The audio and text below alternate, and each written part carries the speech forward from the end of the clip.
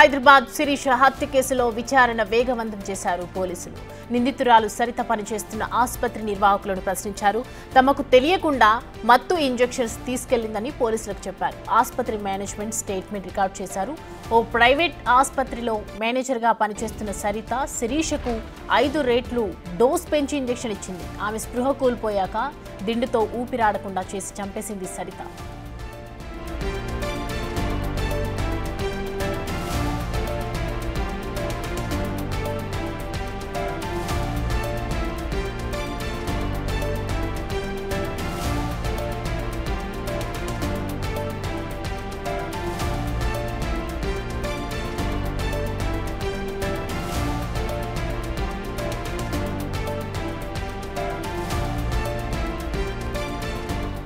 ఈ అంశానికి సంబంధించి పూర్తి డీటెయిల్స్ మా ప్రతినిధి సాగర్ అందిస్తారు. సాగర్, విచారణ చేస్తున్న కొద్దీ కొత్త కీలక విషయాలు బయటకు వస్తున్నట్లున్నాయి. ఇంజెక్షన్లకు సంబంధించి డోస్ పెంచి ఊపిరాడకుండా చేశారని తెలుస్తోంది సరిత. సో డీటెయిల్స్ ఏంటి, యాక్షన్ ఏ విధంగా ఉంది పోలీసులు?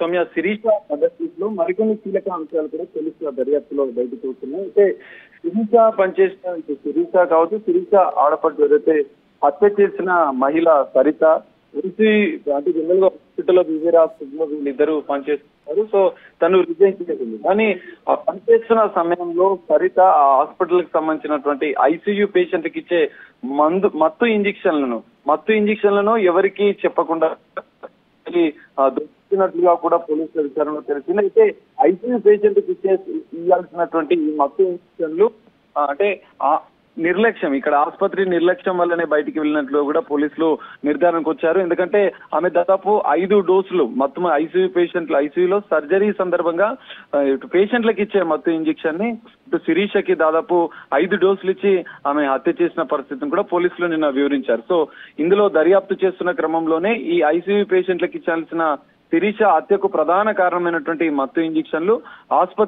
వివేరా ఆసుపత్రి నుంచే సరిత తీసుకొచ్చినట్లుగా కూడా పోలీసులు నిర్ధారించిన నేపథ్యంలో ఇటు ఆసుపత్రి వర్గాలు కూడా ఒక క్లారిఫికేషన్ తీసుకున్నారు. వారిని కూడా ఆసుపత్రికి సంబంధించిన యాజమాన్యాన్ని కూడా ఐసీయూకి సంబంధించిన సిబ్బందిని కూడా విచారించబడుతుంది. ఎందుకంటే సెక్యూరిటీ లోపం వల్ల మత్తు ఇంజెక్షన్లు బయటకు వెళ్తే ఇటు ప్రజల ప్రమాదం, ఇట్లాంటి క్రైమ్ పెరగడానికి అవకాశం ఉన్న నేపథ్యంలో ఇటు ఆసుపత్రి వర్గాల పైన కూడా ఇటు పోలీసులు చర్యలకు సిద్ధమైనట్లుగా కూడా తెలుస్తోంది. అయితే ఈ రోజు వారిని విచారించిన పోలీసులు మరి తదుపరి చర్యలు దీనిపైన నిర్లక్ష్యంగా వ్యవహరించినటువంటి ఆసుపత్రి యాజమాన్యం పైన కూడా పోలీసులు చర్యలు తీసుకునే అవకాశం కూడా కనిపిస్తుంది. సౌమ్య, సాగర్, ఇప్పుడు ఏదైతే ఇంజెక్షన్ డోస్ పెంచి ఇచ్చారో సో ప్రజెంట్ మనం చూస్తున్నాము, దీనికి సంబంధించి హాస్పిటల్లో ఇదివరకు ఎప్పుడైనా ఇలాంటి చోటు చేసుకుంటూ ఉన్నాయా? అండ్ ఇంజెక్షన్లకు సంబంధించి హాస్పిటల్ యాజమాన్యం సపోర్ట్ లేకుండా ఇదంతా చేయగలరంటారా?